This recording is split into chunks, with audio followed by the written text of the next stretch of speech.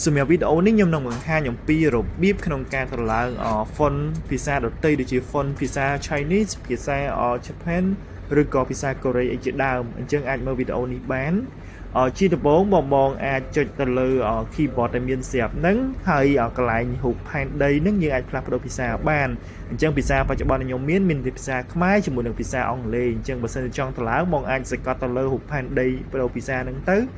ហើយបន្តមកទៀតបងអាច search បានពេលដែលចូលទៅដល់កន្លែងមួយនេះហើយបងអាច search ភាសាដែលបងចេះឬក៏បងចង់តម្លើងអញ្ចឹងខ្ញុំ search ដំបូងគេគឺភាសាចិនដោយសារខ្ញុំចេះឬក៏ប្រើភាសាចិនអញ្ចឹងណា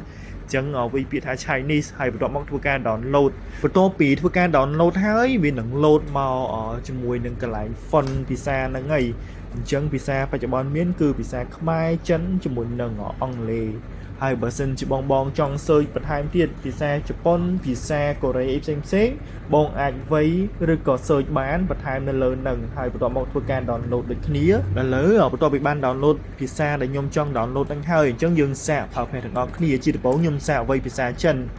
បានន័យថាភាសាចិនដែលខ្ញុំបាន download មុនហ្នឹងគឺបានជោគជ័យអីអញ្ចឹងខ្ញុំអាចទៅសេបានហើយ